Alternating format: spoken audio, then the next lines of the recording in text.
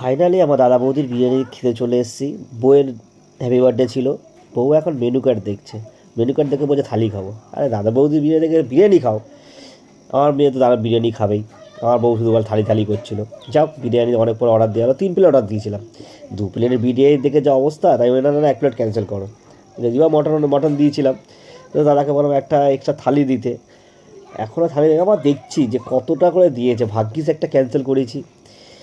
কতটা দেখুন, লাস্ট পর্যন্ত চিকেন চাপ নিয়েছি। মেয়ে আবার চিকেন খেতে ভালোবাসে, ও আর মটনটার পছন্দ না। চিকেনটা যা হোক নিয়ে এসছে, ও চিকেন খাওয়া শুরু করে দিয়েছে, ঝোল খাওয়া শুরু করেছে। আর আপনারা দেখুন কতটা করে বেশি, একজনকে পক্ষে একজন অসম্ভব খাওয়া। আমার দুজনকে তো 1 প্লেট করে দিতে, লাস্টে এক্সট্রা একটা প্লেট দিয়ে গেছে।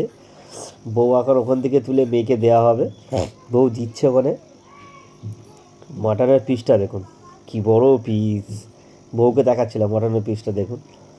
আমার মেয়ে আবার চিকেন, ওর আবার চিকেন চাপ দিয়ে আর বিরিয়ানি ওর খুব সুন্দর লাগে, ফেভারিট। রেস্টুরেন্টে খেতে গেলে ওর খুব ভালো লাগে ওর।